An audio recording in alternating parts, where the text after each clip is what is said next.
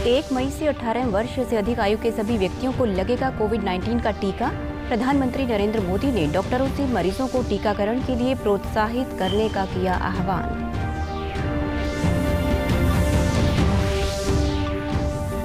मुख्यमंत्री मनोहर लाल ने हरियाणा की बात कार्यक्रम के माध्यम से श्रमिकों से पलायन न करने की अपील की। कहा, उन्हें किसी प्रकार की कठिनाई नहीं आने दी जाएगी।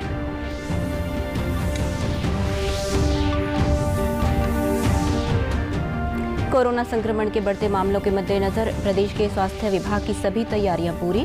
लोगों से भयभीत न होने और कोविड प्रोटोकॉल को अपनाने की अपील की।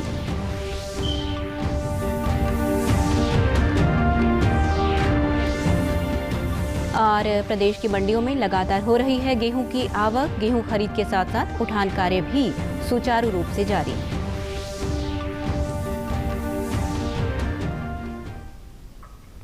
नमस्कार, मैं सारिका शर्मा। अब समाचार विस्तार से। देश में 1 मई से 18 वर्ष से ऊपर के सभी लोगों को कोविड टीके लगाए जाएंगे। केंद्र सरकार ने कोविड टीकाकरण की नीति को अधिक उदार बनाने और तीसरे चरण की घोषणा की है। प्रधानमंत्री नरेंद्र मोदी की अध्यक्षता में बैठक के दौरान ये फैसला किया गया। प्रधानमंत्री ने इस बैठक में कोविड महामारी के मुद्दे और टीकाकरण अभियान की प्रगति के बारे में देश भर के प्रमुख डॉक्टरों से वर्चुअल माध्यम से बातचीत की। उन्होंने डॉक्टरों से आग्रह किया कि कोविड उपचार और रोकथाम से संबंधित कई भ्रांतियों और अफवाहों के बारे में लोगों को जागरूक किया जाए। प्रधानमंत्री ने कहा कि ये बहुत महत्वपूर्ण है कि इस समय मुश्किल समय में लोग घबराहट के शिकार न हों। 1 मई से होने वाले टीकाकरण में पहले की तरह सरकारी टीकाकरण केंद्रों में स्वास्थ्य कार्यकर्ताओं, अग्रिम पंक्ति के कार्यकर्ताओं और 45 वर्ष से अधिक उम्र के सभी लोगों का टीकाकरण जारी रहेगा। तीसरे चरण में वैक्सीन निर्माता प्रत्येक माह 50% टीकों की आपूर्ति केंद्र सरकार को करेंगे और बाकी 50% राज्यों के साथ साथ खुले बाजार में आपूर्ति के लिए स्वतंत्र होंगे। कंपनी राज्य सरकारों और खुले बाजार में उपलब्ध कराने के लिए वैक्सीन की कीमत की घोषणा पारदर्शी ढंग से पहले ही करेगी। बैठक के दौरान प्रधानमंत्री नरेंद्र मोदी ने कहा कि केंद्र सरकार ये सुनिश्चित कर रही है कि कम से कम समय में अधिकतम लोगों का कोरोना बीमारी के खिलाफ टीकाकरण किया जा सके। उन्होंने कहा कि भारत में काफ़ी तीव्र गति से टीकाकरण का कार्य किया जा रहा है और इस गति को और भी बढ़ाया जाएगा। मुख्यमंत्री मनोहर लाल ने हरियाणा की बात कार्यक्रम के जरिए प्रदेशवासियों को संबोधित किया। उन्होंने कहा कि प्रदेश में कोरोना की स्थिति पर सभी विभाग नजर बनाए हुए हैं और सभी सरकारी व निजी अस्पतालों की प्राथमिकता कोविड मरीजों का इलाज करना रहेगी। मुख्यमंत्री ने कहा कि प्रदेश में चिकित्सा ऑक्सीजन पर्याप्त मात्रा में उपलब्ध है और आपातकालीन स्थिति के लिए भी व्यवस्था की गई है। मुख्यमंत्री ने अपने संबोधन में विशेष रूप से श्रमिकों से पलायन न करने का आग्रह किया और कहा कि उन्हें कोई कठिनाई नहीं होने दी जाएगी।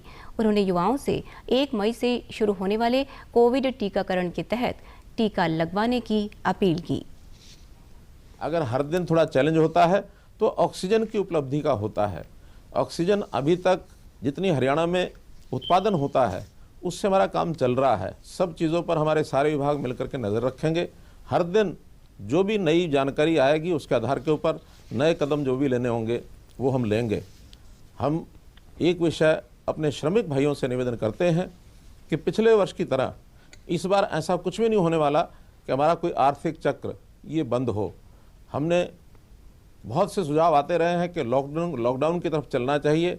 हमने तय किया है कि नहीं, हमारी सामान्य गतिविधियां वो चलती रहेंगी, सब सावधानियां हम बरतेंगे, लेकिन लॉकडाउन जैसी स्थिति आने पर फिर से ये जो चक्र रुकता है, उद्योग बंद होते हैं। हमारे श्रमिक भाई खास करके जो हर महीने ताज़ा कमाते हैं और अपने परिवार को चलाते हैं, 10-15 हज़ार की सैलरी लेते हैं, अगर काम छूटता है तो एक नया दौर शुरू हो जाता है उनकी कठिनाई का।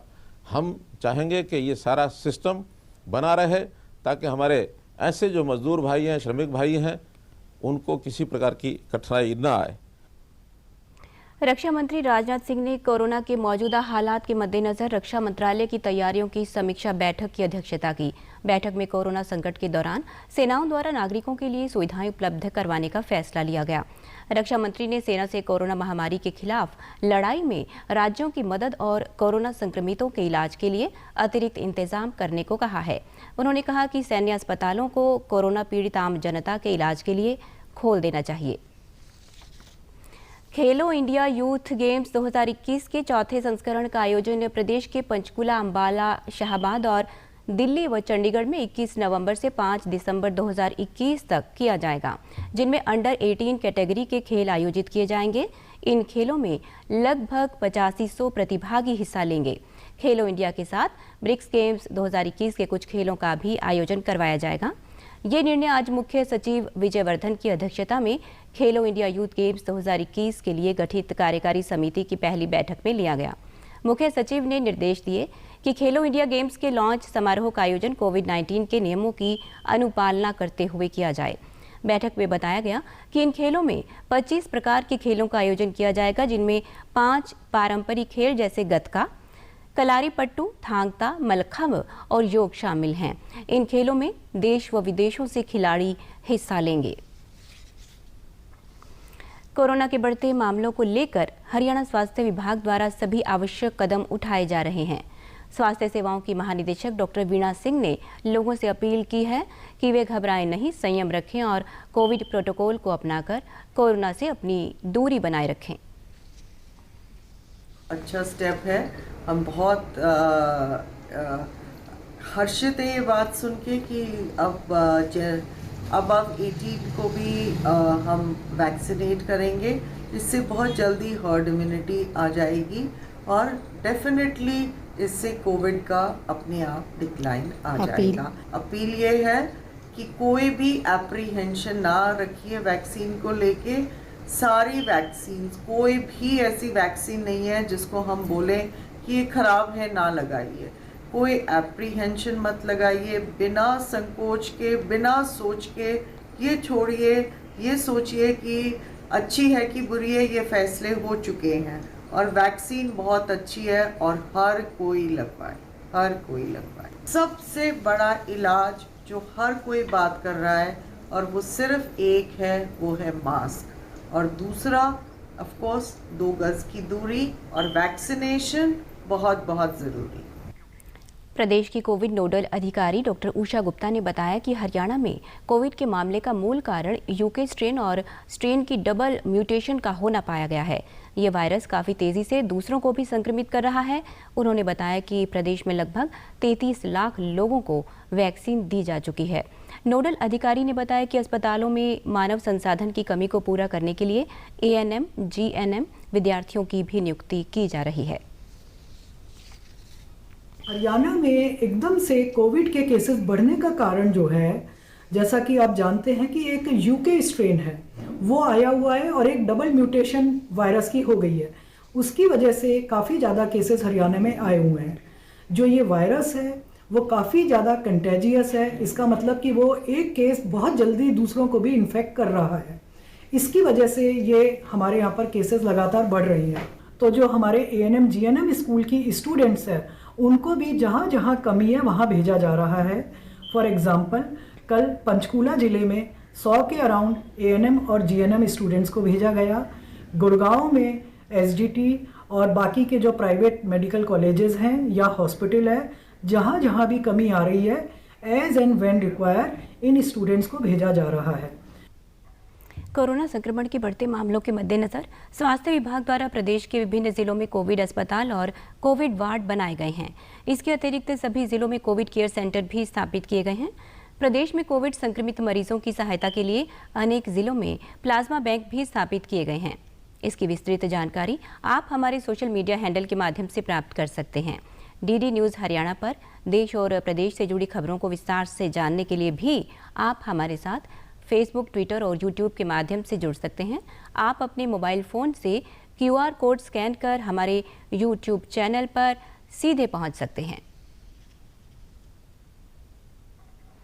कृषि मंत्री JP दलाल ने कहा है कि प्रदेश के किसानों को अपनी आमदनी बढ़ाने के लिए केवल अनाज उत्पादन तक सीमित नहीं रहना चाहिए, बल्कि फूड प्रोसेसिंग भी अपनाना चाहिए।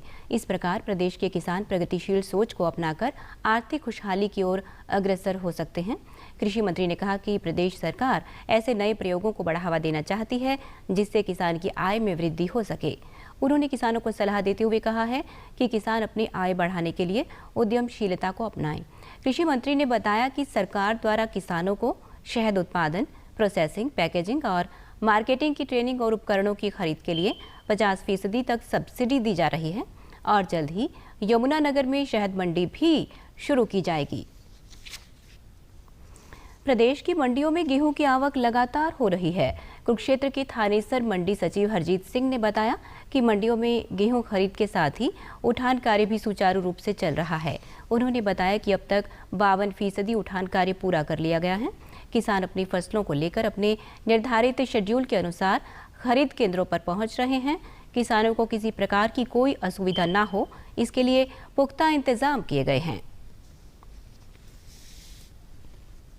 किसानों को किसी प्रकार की कोई समस्या नहीं आने दी जा रही है यहाँ पर, और गेट पास भी ठीक कट रहे हैं। किसानों को साथ के साथ गेट पास मिल जाते हैं गेट पर पहुँचने पे। और इस बार उठान हमने 3,76,000 कुंटल कर दिया है। लगभग 52% उठान हमारा मंडी से हो चुका है। कोई दिक्कत नहीं है किसान। जब भी किसी किसान को समस्या आती है तो हम उसको समय पे ही समाधान करते हैं, मौके पर ही। हेल्प डेस्क भी बनाया हुआ है जिसके लिए हमने इस बार पोर्टल बहुत अच्छा काम कर रहा है। किसी प्रकार की कोई समस्या नहीं। सरकार का विशेष तौर पर पहले से ही अपनी तैयारी पूरी थी किसानों के रजिस्ट्रेशन को लेकर और पोर्टल की स्पीड को लेकर। मंडी में फसल लेकर आए किसानों ने कहा कि उन्हें गेट पास समय पर मिल गया था और मंडी में उन्हें गेहूं बेचने के दौरान कोई परेशानी नहीं हुई। गेहूँ का चीज उतर रहा है, माप तोल कोई दिक्कत नहीं है। गेट पास कट गया, तुलाई सही हो रही है। कोई दिक्कत जो पहले आई उसकी पेमेंट भी हो गई है। हमें कोई परेशानी नहीं है। व्यवस्था बहुत वधिया रही है।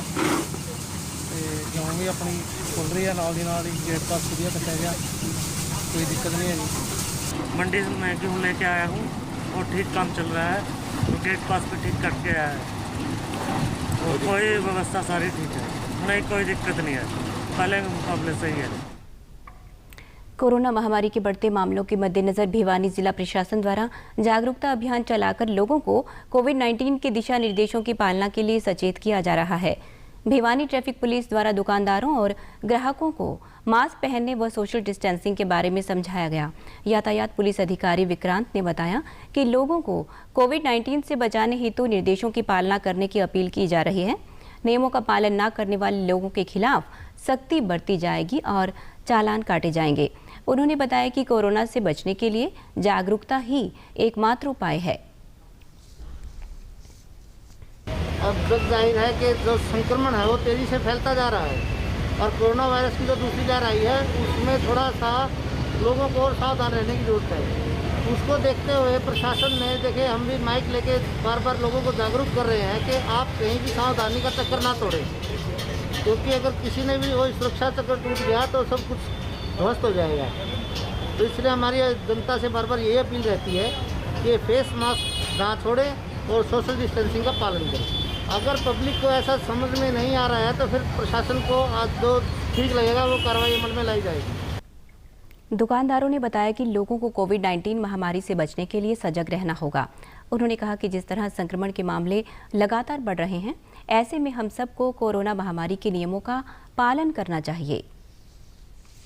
इसी से ज़रूर प्रभाव पड़ेगा, लोगों को समझ में आएगी। अब वो संक्रमण ये नहीं रहा है, मामूली संक्रमण नहीं रहा है, अब ये जानलेवा संक्रमण बन चुका है। अगर ये इसी रफ्तार से फैलता रहा तो बहुत ज़्यादा जनहानि होने की संभावना है। तो लोगों को समझना चाहिए, अवेयरनेस करनी चाहिए कि मास्क लगाएं, सोशल डिस्टेंसिंग का पालन करें।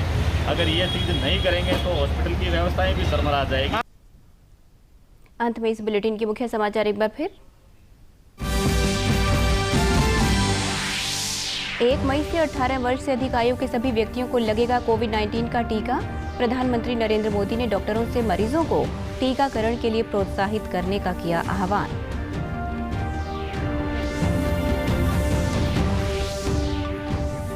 मुख्यमंत्री मनोहर लाल ने हरियाणा की बात कार्यक्रम के माध्यम से श्रमिकों से पलायन न करने की अपील की।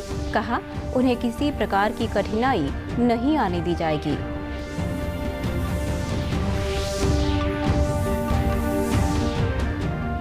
कोरोना संक्रमण के बढ़ते मामलों के मद्देनजर प्रदेश के स्वास्थ्य विभाग की सभी तैयारियां पूरी। लोगों से भयभीत न होने और कोविड प्रोटोकॉल को अपनाने की अपील की।